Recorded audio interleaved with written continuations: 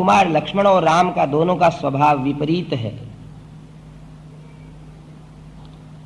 लक्ष्मण कह रहे हैं कि किसकी शक्ति है कि आपसे राज्य छुड़वा ले, और भगवान राम कहते हैं लक्ष्मण मनुष्य भाग्य के साथ लड़ाई नहीं कर सकता।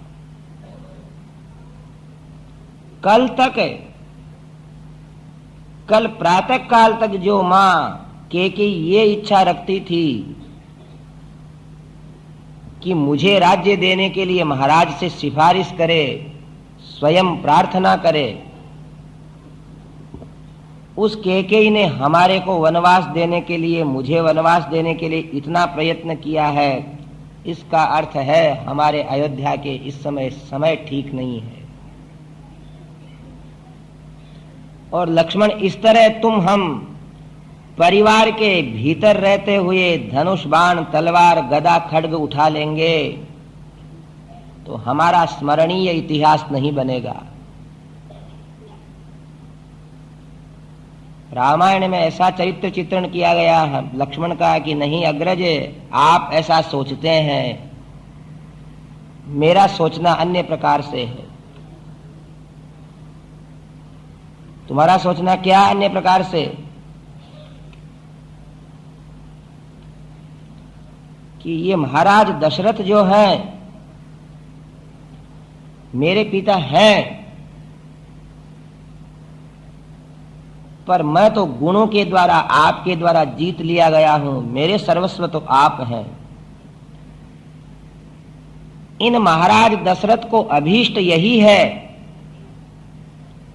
भरत को राज्य देना, इनके मन में भी यही है। और सारी प्रजा आप में अनुरक्त है।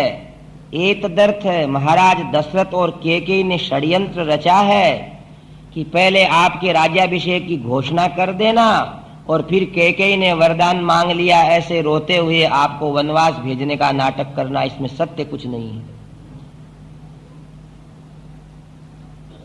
भगवान राम ने लक्ष्मण से यह बात सुनकर के कहा कि हे लक्ष्मण, तुम तो ऐसी बातें कर रहे हो जैसे पिताजी दशरथ जी ने मेरे को कभी आशीर्वाद ही नहीं दिया हो। हे कुमार, ये इस समय प्रेम से जीतने का समय है और तुम कभी भी मेरे कहे बिना उग्र होकर के कुछ भी ऐसा कार्य नहीं करना कि रघुवंश के गौरव को कहीं ठेस लगे। ऐसे अनेक प्रकार से लक्ष्मण को समझाया। न लक्ष्मणास्मिन् मम राज्ये विघ्ने माता यस्य विशंकितव्या दैवाभिपन्ना न पिता कथंचित् जानासि दैवं हि तथा प्रभावम्। कुमार, यहां दैव को ही तुम भाग्य को कारण मानो और भाग्य के सामने चुपचाप उन घटनाओं को सहन करना ही ठीक है। कुमार लक्ष्मण पीछे हो जाते हैं। भगवान राम इस समय अपने कक्ष में जाते हैं। मां कौशल्या से आज्ञा ले ही ली है। भगवती ने भगवान राम के लिए बहुत बड़ी प्रार्थना करी है कि जिस धर्म का तुम पालन करते हो वो धर्म तुम्हारी रक्षा करे। धर्मो रक्षति रक्षित है। श्री राम जय जय राम। राम श्री राम जय जय राम। राम श्री राम जय जय राम। श्री राम जय जय राम। श्री राम जय जय राम। श्री राम जय जय राम। श्री राम जय जय राम। बोलिए राजा रामचंद्र भगवान। आरोग्यम सर्व सिद्धार्थम अयोध्यां पुनरागतं पश्यामि त्वां सुखं वत्स संधितं राजवर्त्मसु।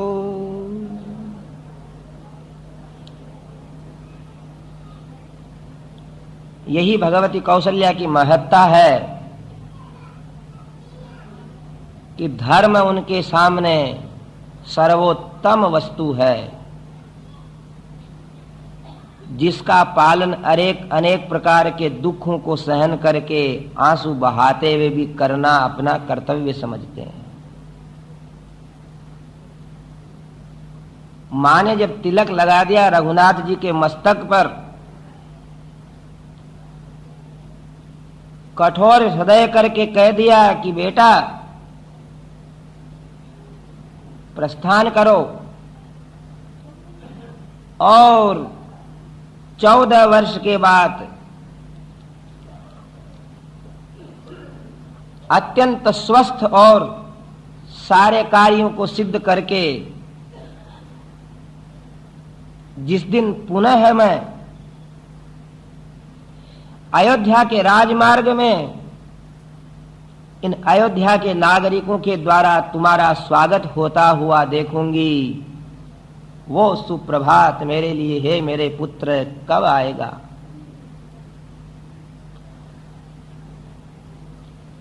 तया हि देव्या च कृत प्रदक्षिणो निपीड्य मातुश्चरणौ पुनः पुनः जगाम सीता निलयं महायशाः स राघव प्रज्वलितस्तया श्रिया। मां अपने पुत्र के चारों तरफ घूम करके छाती के लगा करके सिर से सूंघती है और भगवान अपने नेत्रों से मां के चरण धो देते हैं कि मां मानता हूं मैं सोचता था कि तेरे से आज्ञा लेना मेरे लिए महान कठिन हो जाएगा, किंतु धर्म में रुचि रखने वाली तुमने मेरे को आज्ञा दे दी। ये तेरे ऊपर आज तक की सबसे बड़ी की हुई दया में सबसे बड़ी दया है। और अपने मां की ममता को, मां के उज्जवल स्वरूप को अपने हृदय में लेकर के भगवान राम अब भगवती जानकी के कक्ष में प्रवेश करते हैं। अभिवाद्य तु कौसल्यां रामः संप्रस्थितो वनं कृतस्वस्त्ययनो मात्रा धर्मिष्ठे वर्त्मनि स्थितः। भगवती जानकी के कक्ष में गए और जानकी ने स्वागत किया। उनको खबर ही नहीं अभी तक अयोध्या में क्या हुआ, क्योंकि किसकी चिंता पालना। वो तो ये समझती थी कि राजकाज की चिंता का समय तो आगे ही बहुत है, अभी जितना समय निश्चिंतता से व्यतीत करना है उतना कर लें। पर राम जी को अकेले को लक्ष्मण के साथ आए हुए देख करके, अति शीघ्र आए हुए देख करके उठ करके दौड़ी, प्रणाम किया और कहा कि हे आर्य, मैं तो समझती थी कि आपके दिव्य दर्शन के लिए मेरे को पुकारा जाएगा और आप हाथी पे रथ के ऊपर बैठे रहेंगे, चंवर आपके डुलाए हुए हमारे द्वारा देखे जाएंगे, स्तुति पाठ करने वाले आपकी जय जयकार करेंगे, मंगल वस्तुएं दूध है, दधी है, घृत है, मधु है, आपके आगे आगे चलेंगे। इतने शीघ्र आप इस समय ऐसे कैसे आ गए? तब भगवान राम कहते हैं, वैदेही, इस समय मैं जो कुछ कह रहा हूं आप ध्यान से सुनो। आप बहुत कुलीन घर के अंदर जन्म लिया है आपने, बहुत प्रशंसनीय कुल के अंदर आपका ससुराल है। आपको दोनों कुल का ध्यान रख करके अपना शेष जीवन व्यतीत करना है। जिन मां कैकेयी ने महाराज दशरथ को भयंकर विषम समय के अंदर जीवन दान दिया रक्षा करके, उस मेरी मां कैकेयी की वरदान मांगने की वह घड़ी आई। मेरी मां ने वरदान मांगा महाराज दशरथ से, भरत का अभिषेक और मेरा वनवास, सो मैं वन में जा रहा हूं। इसलिए आप ऐसा करना, क्या करना, कल्यमुत्थाय देवानां कृत्वा पूजां यथा विधि वंदितव्यो दशरथः पिता मम जनेश्वरः। रोज सुबह जल्दी उठना। भगवती सोचती है कि ये जितना उपदेश देवे उतना सुन ले, फिर बात कहेंगे। देवताओं की पूजा करके महाराज दशरथ की सेवा करना। और देखो सीता, मैं जब वन में चला जाऊंगा तो पीछे भरत राजा बनेंगे, और तुम कभी भी भरत के सामने मेरी प्रशंसा मत करना। रिद्धि युक्ता ही पुरुषः न सहन्ते परस्तवम। क्या कहते हैं कि जो बड़े ऐश्वर्यशाली व्यक्ति हैं उनके सामने उनकी प्रशंसा करना, अगर सुख से समय व्यतीत करना है तो। सज्जनों, ये रामायण का एक नियम है, एक ये उपदेश है कि आप जिसके राज्य के अंदर, जिसके यहां रह रहे हो, उसकी बड़ाई करते हो, उसी में आपकी भलाई है। जिसकी नौकरी करते हो उसको अच्छा बताओ, नहीं तो भूल कर जाओगे। जिम तो रहे हो रामदास की रसोई के अंदर बैठे बैठे और बड़ाई कर रहे हो श्यामदास के घर की मिठाई की, तो कोई फायदा नहीं है। कारण क्या है कि उस चीज का रस चला जाता है। आदमी वही सभ्य है जिसके बैठने उठने व्यवहार से दूसरे को प्रसन्नता होवे, दूसरा ये नहीं कहे कि यह आदमी समझदार नहीं है। भरत के सामने भरत की प्रशंसा करना, मेरी बड़ाई मत करना कि देखो देखो आपको भरत जी क्या आता है, राज करना तो राम जी को ही आता था, उनके पिताजी ने उनको वनवास दे दिया, उसका क्या किया जाए। भगवती जानकी कहती है कि आप पूरा कह लो।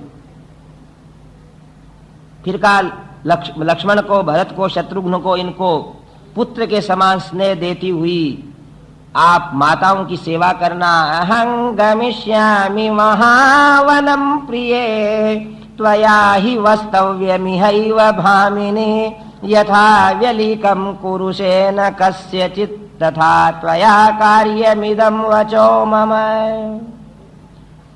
मैं 14 वर्ष पर्यंत वहां रह करके यहां आऊं,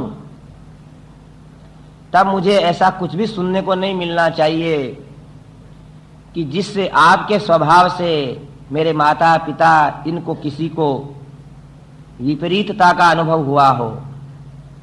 एवं उक्त्वा तु वैदेही प्रियार्हा प्रियवादिनी प्रणयादेव संक्रुद्धा भरतारमिदम् अब्रवीत। प्रियवादिनी भगवती जानकी ने भगवान राम के प्रश्न सुनकर के पास में आकर के कहती, हे रघुनंदन, आपको कौन वनवास भेज सकता है। लक्ष्मण ने कहा कि इनके तो हृदय के अंदर कुछ दुख ही नहीं हुआ, ऐसी बात कर रही है। देखिए, मां कैकेयी ने कई बार मेरे से कहा कि हे जनक नंदिनी, मैं महाराज दशरथ से कहूंगी, वो मेरी बात मानते हैं राम को युवराज बनाने की। भगवान का मुख देख करके, उनके ललाट को, उनके मंगल विग्रह को परिपूर्ण रूप से देख करके कहा कि हे राम जी, आपके शरीर पे मंगल विग्रह पर एक भी ऐसा चिन्ह और लक्षण नहीं है कि आपको वनवास होवे। पर आपको मालूम है कि नहीं? बोले क्या? कि कभी कभी स्त्री के भाग्य से पुरुष का भी समय बदल जाता है। कई लोग कहते हैं कि महाराज ये हमारा लड़का कब ठीक होगा, पत्रिका देखो। तो लोग कहते हैं इसकी शादी हो जाएगी जब भाग्य बदलेगा। बोल राजा रामचंद्र भगवान की। और सच में किसी किसी पुरुष के यहाँ नारी के आते से ही उसका भाग्य अलग ढंग का हो जाता है।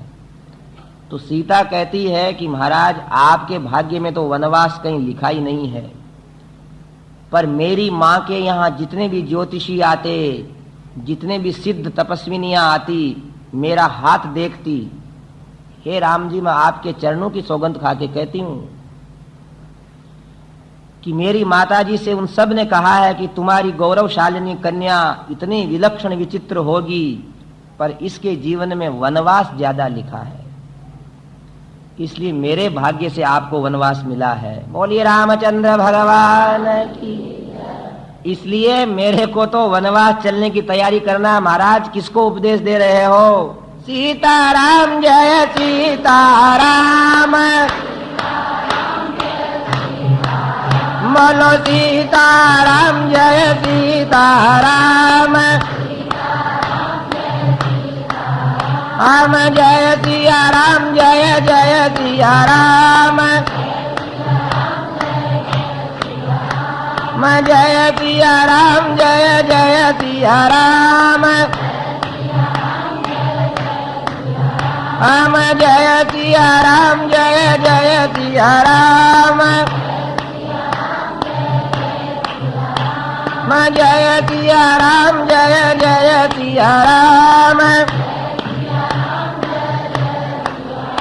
हम श्री राम जय जय राम, हम श्री राम जय जय राम। और ये राजा रामचंद्र भगवान और किसी की भी चिकित्सा नहीं की उनने कि कैकेयी जी ने ऐसा क्यों किया, हमने उनका क्या बिगाड़ा, उनके बेटे को कोई वनवास दे तो कितना बुरा लगे, हमारा क्या दुर्भाग्य है। कुछ नहीं। आज जनक नंदिनी अपने पिता के वचन का स्मरण करती है। इयम सीता मम सुता सह धर्म चरितव। महाराज जनक ने क्या कहा था कि हे सीता, तुम इनकी छाया के समान इनकी सेवा करना। भगवान राम से कहती है जानकी कि महाराज मेरे पिता के वचन मुझे याद हैं, आप भोजन कर लेते हो तो मैं भोजन करती हूँ, आप जल पी लेते हो तो मैं जल पीती हूँ, मेरे भाग्य में वनवास का योग है। जिसको राजा राजा बनावे बनावे, जिसको अयोध्या की प्रजा का पालन करना है पालन करें। मैं महाराज दशरथ की और मां कौशल्या की सेवा के लिए भी दासी हूं उनकी, पर सबसे पहले महाराज आपकी सेविका हूं। आप जहां हैं तहां सीता है, आप जहां नहीं है उस जगह को, उस स्थान को सीता आंखों से भी नहीं देख सकती, वहां रहने का तो प्रश्न क्या है। भगवान राम कहते जनक नंदिनी सुनो, वनवास की बातें अच्छी लगती हैं। स एवं ब्रुवतीं सीतां धर्मज्ञां धर्मवत्सलः नने तुम कुरुते बुद्धिं वने दुखानि चिंतयन्। भगवती आज तक तो आपको यहाँ के संगीतकारों ने वीणा की मधुर ध्वनि के साथ सुंदर गीत सुना करके जगाया है। उस घनघोर जंगल के अंदर भयंकर सिंह इत्यादि पशुओं की चीत्कार सुन करके जगने की बात तो छोड़ो, सोना कठिन हो जाएगा, इसलिए वन में नहीं जाना। कड़वा मीठा जल पीना पड़ता है, भयंकर है, पवन प्रवाहित होती है, मार्ग में बड़े बड़े सांप चलते हैं, कांटों की पथरीली जमीन पर चलना पड़ता है।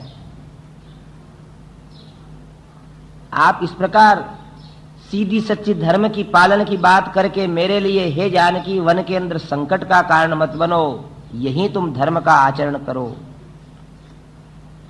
सीता कहती है हाँ महाराज, वन में सिंह रहते हैं, किंतु जब मैं एक नरसिंह के साथ हूं तो मुझे उस सिंह का क्या डर है। बोलिए नरसिंह भगवान की। और जिन आपको देखने के लिए अयोध्या के पास वास के वृक्षों के ऊपर पक्षी आकर के आपको निहारते रहते हैं, आप जब मेरे साथ रहेंगे तो भगवान मुझे पूर्ण विश्वास है वन के पशु पक्षी वो सब आपके उसी प्रकार सेवक हो जाएंगे जैसे अयोध्या के नागरिक हैं। आपकी उपस्थिति के अंदर फल मूल भी मैं खाऊंगी, वो मेरे लिए अमृत होंगे, और आपकी अनुपस्थिति के अंदर मेरा यहाँ भोजन करना और पिता माँ की सेवा करना तो दूर बात, मेरा यहाँ एक दिन जीना भी संभव नहीं है। और मैंने तो सुना, अपने आंखों से देखा कि एक विचित्र विलक्षण भयंकर धनुष को जिन्हें वीर पुरुष राम जी ने भरी सभा के अंदर तोड़ दिया था, वो ही दशरथ नंदन राम आज अपनी पत्नी को वन में ले जाने के लिए इतने डर क्यों रहे हैं? क्या ये राम और वो राम अलग अलग थे? ऐसा कह करके मुझे ये छोड़ नहीं दें, यूं दुखित होकर के उनके चरणों में गिर पड़ी। और ये रामचंद्र भगवान की, क्या महाराज आप मेरी रक्षा नहीं कर सकेंगे? पश्चादपि दुखेन मम नैवास्ति जीवितम् उज्झितायास्त्वया नाथ तदैव मरणं वरम। या तो आप मेरे को साथ लेने के लिए यहां भर लीजिए, अन्यथा आप 14 वर्ष के पश्चात आएंगे तो यहां जानकी को जीवित तो नहीं पाएंगे। जब ऐसी प्रीति देखी, अतः प्रहृष्टा प्रतिपूर्ण मानसा यशस्विनी भरतुरवेक्ष्य भाषितं धनानि रत्नानि च दातु मंगना प्रचक्रमे धर्म भृतां मनस्विनी। भगवान राम ने आज्ञा दे दी कि चलो आप भी। जब आपको मेरा साथ छोड़ने की इच्छा नहीं है तो मेरे लिए इससे बड़ा और सुख क्या होगा कि हे भगवती, तुम यदि मेरे साथ वन में रहो तो मैं तुम्हें सच कहता हूं, इस भयंकर प्रपंच वाले इस अयोध्या के अंदर और राज के अंदर मेरा रहने का जी भी नहीं होता है। जहां एना लेना एक ना देना दो, उस जगह रहने में हमारा क्यों मन नहीं होगा। सीताराम दोनों चलने को तैयार हो गए। एवं श्रुत्वा स संवादम लक्ष्मणः पूर्वमागतः बाष्प परया कुलमुखः शोकं सोढुमशक्नुवन्। सीताराम ने दोनों अपने बैठने के आसन से द्वार की ओर मुख किया।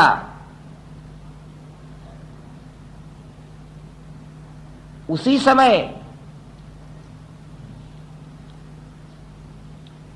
कुमार लक्ष्मण जो वहां अभी तक खड़े थे, एवं श्रुत्वा स संवादम लक्ष्मणः पूर्वमागतः, उनने सोचा कि जब सीताराम जी दोनों वन में जा रहे हैं, एक को पिता की आज्ञा है, एक इनकी सहधर्मचारिणी है, तो कहीं मेरे को यहां छोड़ नहीं देवें, और अगर मुझे यहां छोड़ देंगे तो मेरे को यहां क्या काम है। इस दुख से द्रवीभूत होकर के बाष्प परिया कुल मुख है शोकम सोढ़ुम शक्नुवन, वियोग के दुख से कातर होकर के रोते रोते है ना चरणों में गिर पड़े। इसको कहते हैं सेवक हो। अपने ठाकुर जी की सेवा करते हैं ना, ठाकुर जी की दादा दादी सेवा करते हैं। कभी दादा दादी माता पिता चले जाएं तो जवान युवक युवतियों की पूजा पांति आ जाती है। चंदन घिसो, तिलक करो, तुलसी पुष्प लाओ, स्नान कराओ, जय जगदीश हरे करो, है पांति आती है ना। फिर कागज आता है दादाजी का कि हम 2 दिन में आ रहे हैं, तो बेटा बहुत खुश होता है। कोई पूछता है आज खुश क्यों है? बोले दादाजी आ जाएंगे, अपनी पूजा खुद करेंगे, है हमारे काम पूरा हुआ। और यहां लक्ष्मण क्या कहते हैं कि यदि सेवा नहीं मिली तो मेरा जीवन कोई काम का नहीं। एवं श्रुत्वा स संवादं लक्ष्मणः पूर्वमागतः बाष्प पर्याकुल मुखः शोकं सोढुमशक्नुवन् स भ्रातुश्चरणौ गाढं निपीड्य रघुनन्दनः। सीतामुवाचाति यशाः राघवं च महाव्रतम्। आदमी को प्रार्थना करते आना चाहिए। हमारी आपसे प्रार्थना कहने में कोई नहीं मानता है। अगर मनवाना है तो सिर झुका करके हाथ जोड़ करके कहो कि आपसे हमारी प्रार्थना है, और वो भी शायद नहीं मानी जावे। इसलिए अत्यंत द्रवीभूत होकर के लक्ष्मण ने अपने जीवन को सुधारने के लिए राम जी के चरणों के अंदर सिर टेक दिया, पांव पकड़ लिए। भगवान राम सोचते हैं कि पांव क्यों पकड़े, इतने तो अंदर राम को अनुभव होता है कि अपने आंसू से मेरे पांव धो रहा है लक्ष्मण। स भ्रातुश्चरणौ गाढ़म निपीड्य रघुनंदन है, और सोचते हैं कि ये संभव है मना कर दे, इसलिए देखते भगवती की ओर है कि ए जगत जननी, अगर ये मना करें तो तू हां भरवा देना।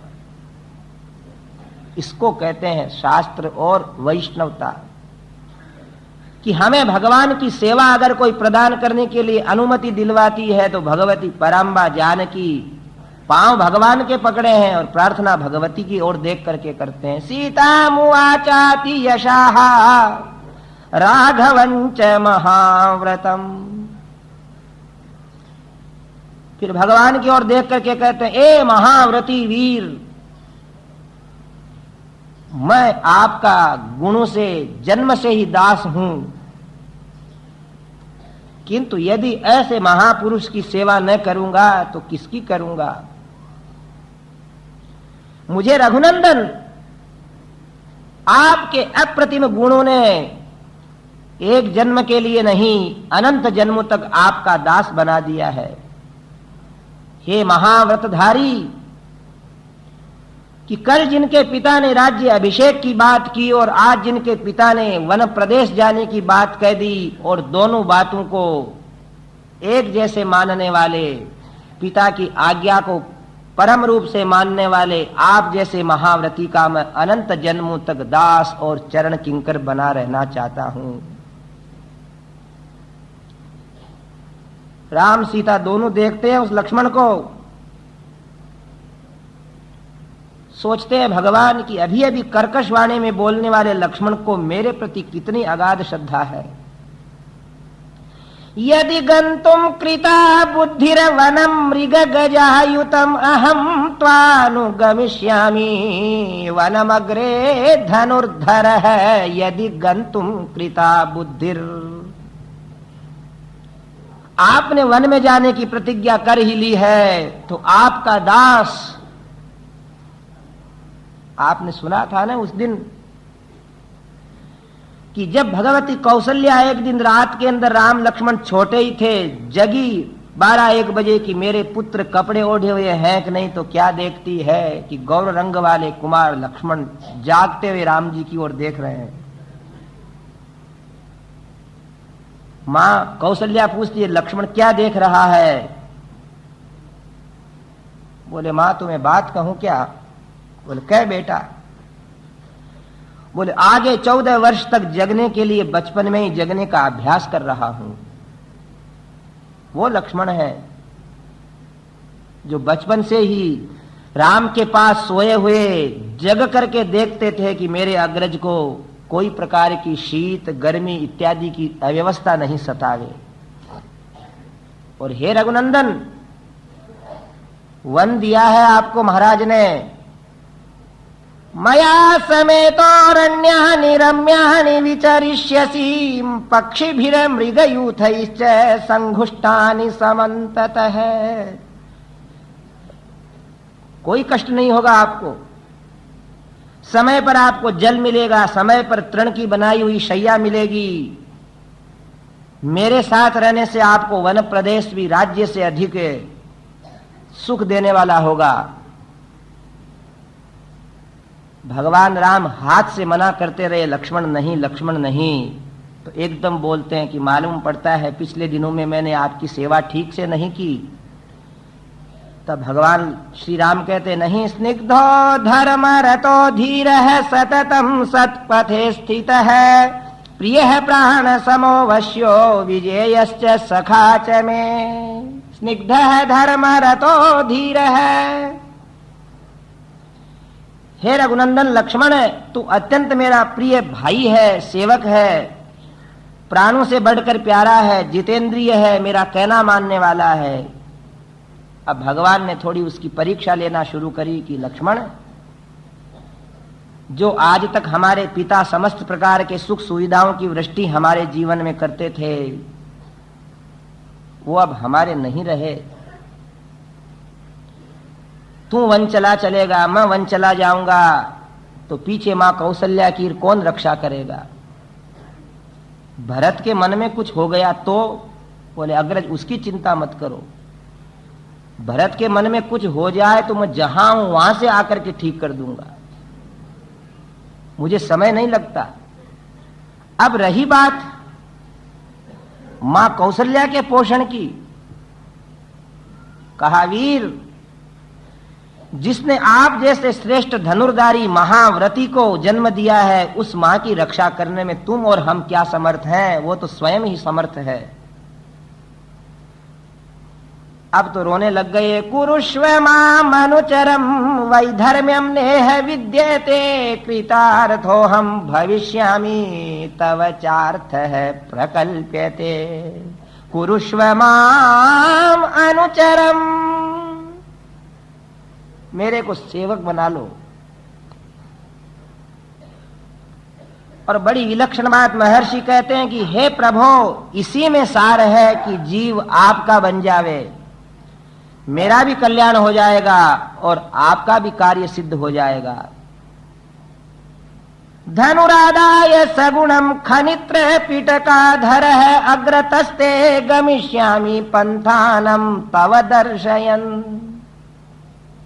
आपके धनुष बाण और से रक्षा करता हुआ उस वन में जाते समय कुदाली फावड़ा इनकी पेटी सिर के ऊपर ऊंच करके आपके आगे चलूंगा। आहरिष्यामि ते नित्यम मूलानि च फलानि च वन्यानि च तथान्यानि स्वाहार्हाणि तपस्विनाम। फलमूल लाऊंगा, यज्ञ करने की वस्तुएं लाऊंगा, आतिथ्य करने वाले पदार्थ जुटाऊंगा। तब भी भगवान अभी हां नहीं भरते हैं। अब क्या कहते हैं? भवान स्तु सह वैदेह्या गिरिशानु से रंशते अहम सर्वं करिष्यामि जाग्रतः स्वपतश्चते। हे रघुनंदन,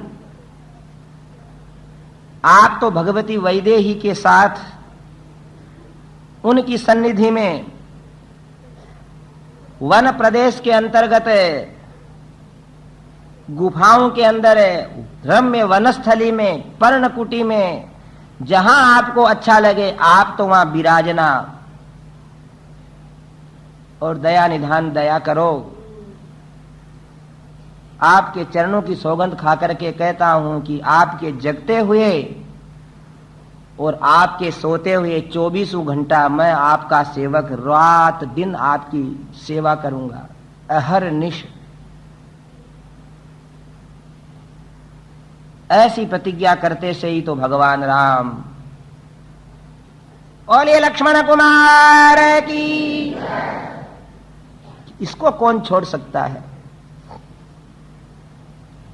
लोगों की सज्जनों गरज करें तो साथ चलने को तैयार नहीं, और यहां रोकर के साथ चलने की प्रार्थना की जा रही है। पंचवटी के उस पैरे के ऊपर जब आधी रात्रि में पवन भी शब्द करना बंद कर देता है, नदी का पानी भी धीरे धीरे चलता है, प्रकृति मौन है, सूखे पत्ते भी अब हिलना डुलना बंद हो गए हैं, ऐसे समय के अंदर भगवान निशानाथ चंद्रमा देखने वाले हैं। जनक सुता जग जननी जानकी अतिशय प्रिय करुणा निधान की। इनके एक एक नेत्र के कटाक्ष वीक्षण से सारे विश्व के अंदर लक्ष्मी उल्लसित होती है। यस्याम यस्याम दिशि विहरतो देवी दृष्टिस्त्वदीया तस्याम तस्याम महमिहकया तन्वते संपदोघः। और अगर देवी ये सीता ही वलकल वस्त्र पहन लेगी तो तू विचार कर, क्या तो हम खाएंगे, कहां सोएंगे, क्या ओढ़ेंगे, क्या पहनेंगे। तुझे लज्जा नहीं आ रही है? अभी देखेगी तू, द्रक्ष्यस्यद्यैव केकेयी पशुव्याल मृगद्विजान गच्छतः सह रामेण पाद पांच तदुन्मुखान। तू मनुष्यों की कह रही है, इन राम और लक्ष्मण और सीता के साथ अभी देखेगी कि अयोध्या के वन प्रदेश के बगीचों के सांप और पक्षी भी इनके साथ चलेंगे। तुझे चिंता ही नहीं हो रही है। और महाराज दशरथ की ओर कहा कि महाराज, हमें तो मालूम नहीं था आपकी प्रिया केकेयी ने आपसे क्या वरदान मांगा। और महाराज दशरथ कहते हैं कि मेरे से राम के वनवास जाने की बात कही है, सीता लक्ष्मण का प्रसंग ही नहीं है। ए केकेयी दुष्टे, तुझे विचार नहीं होता, क्यों सीता को वलकल वस्त्र पहन रही है? खबरदार जो वलकल वस्त्र दिए तो। तब केकेयी वापिस खिसकती है। वो वस्त्र, वलकल वस्त्र वशिष्ठ जी छीन करके एक तरफ डालते हैं। अगर सीता वलकल धारण कर लेती तो अयोध्या का सारा ऐश्वर्य समाप्त हो जाता है। बोल सीता रामचंद्र भगवान। वशिष्ठ जी कहते हैं कि केकेयी तू समझती क्या है? तू आकाश में उड़ सकती है, किंतु अपने वंश की मर्यादा जानने वाला भरत तेरे दिए हुए राज्य को भी लेगा नहीं। और उस भरत के गुणों की याद कर करके हम यहां बैठे हैं, नहीं तो देवी हम अभी तेरी अयोध्या को त्याग भी देते। भगवान राम सोचते हैं कि जब तक मैं यहां रहूंगा तो यहां का यह सारा हलचल का वातावरण समाप्त नहीं होगा। मेरे को शीघ्र चलना चाहिए। सीताराम जय सीताराम, हम सीताराम जय सीताराम, हम सीताराम जय सीताराम, हम सीताराम जय सीताराम। बोलिए रामचंद्र भगवान की।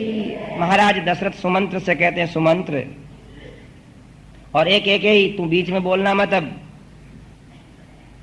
राम और लक्ष्मण वन में जा रहे हैं, 14 वर्ष के लिए जा रहे हैं, तेरी सब बात मान ली, अब तू बीच में मत बोल। सुमंत्र से कहा कि एक रथ लेकर के आओ और सीमा तक छोड़ के आ जाना, नहीं तो एक ही कहेगी कि रथ क्यों जा रहा है। 14 वर्ष में जितने कपड़े और गहने सोने इतने अलंकार लगे, वो जानकी जी के साथ रख दो। सुमंत्र रथ ला करके सामग्री तैयार करके रख देते हैं। अब कौशल्या जी को प्रणाम करने जानकी जाते हैं। विराजयत वैदेही वेस्मत सुविभूषिता उद्यतोंशुमतः काले खम प्रभेव विवस्वतः। और कौशल्या को प्रणाम करती हुई जानकी कहती है कि हे महाव्रतधारी वीर पुरुष को जन्म देने वाली भाग्यशालिनी मां, तुम्हारी वधू को आशीर्वाद दो। तब जानकी जो स्वयं बहुत प्रकार से पातिव्रत्य धर्म को जानती थी, उनसे कौशल्या कहती हैं कि एष स्वभावो नारीणाम अनुभूय पुरा सुखम अल्पामप्यापदम प्राप्य दुष्यन्ति प्रजहत्यपि। हे जानकी, सुख और दुख दोनों आते रहते हैं। सामान्य नारियों का स्वभाव है कि जब व्यक्ति सुखी समृद्ध होवे तब तक तो उससे बड़ा प्रेम करती हैं, और कोई कारण से वो आपत्ति में आ जाए तो उससे उदास होने लगती हैं। किसी कारण से कोई समस्या आ जाए तो नारियां मुंह मोड़ के कह देती हैं कि हमने तो आपको बहुत समझाया, पर आपकी जिद के कारण आज घर में दुख पा रहे हैं, नहीं तो क्यों कष्ट पाते। सारी गलतियां पति के ऊपर थोप करके अनुराग को न्यून बना लेती हैं। हे देवी वैदेही, वनवास में रहना सरल कार्य नहीं है। आप नित्य प्रति रघुनंदन राम के सारे सेवा कार्य में तल्लीनता से रहना। भगवती जानकी भी उनको अनेक प्रकार से विश्वास दिला करके आज्ञा ले लेती हैं।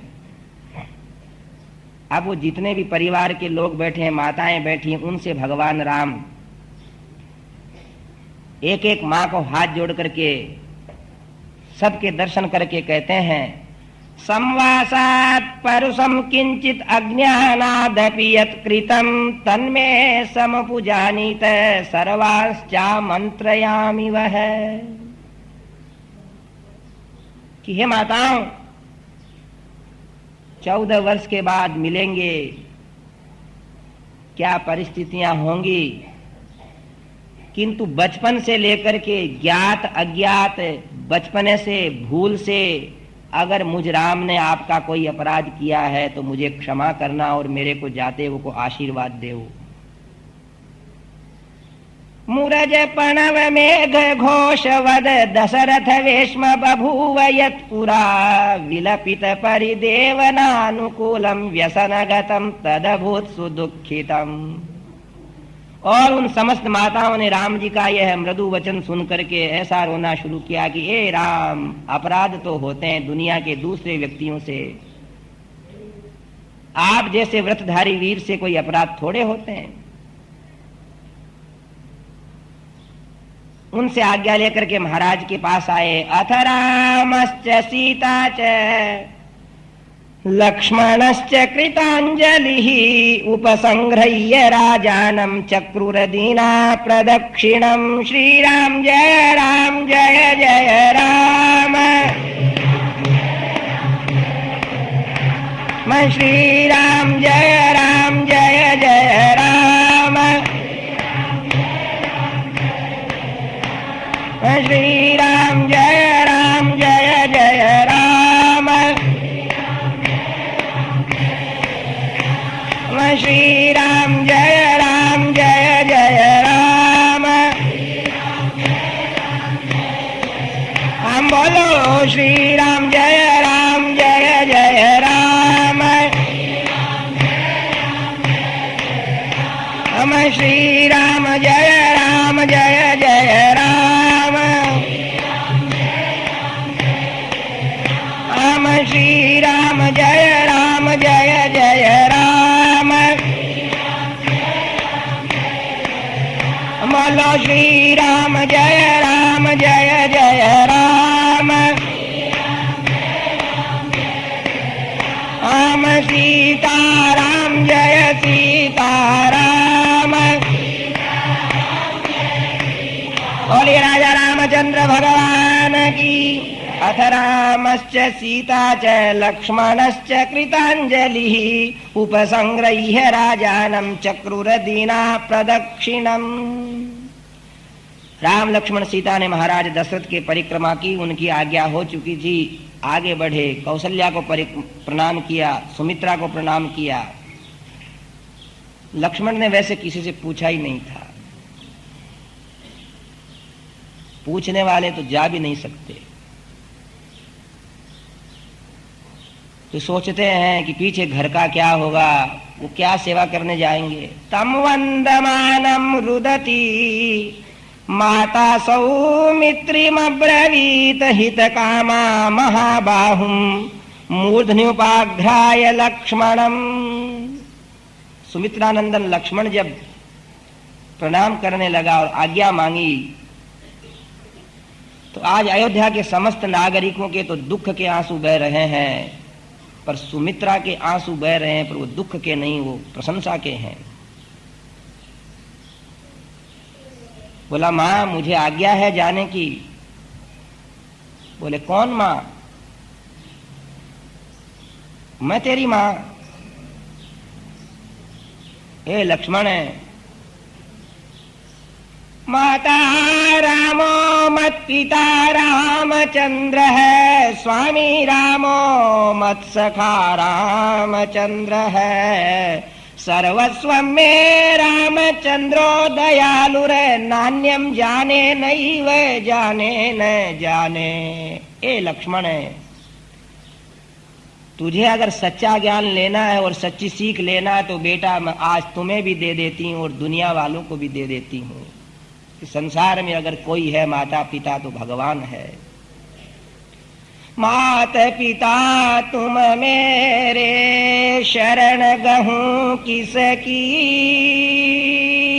तुम बिन और न दूजा आस करूं जिसकी। ओम जय जगदीश हरे। ये कहते सब हैं पर मानने वाले लक्ष्मण हैं कि बेटा लक्ष्मण है जाओ हित कामा। एक एक शब्द में रहस्य है। वो ही हित सोचने वाली मां है जो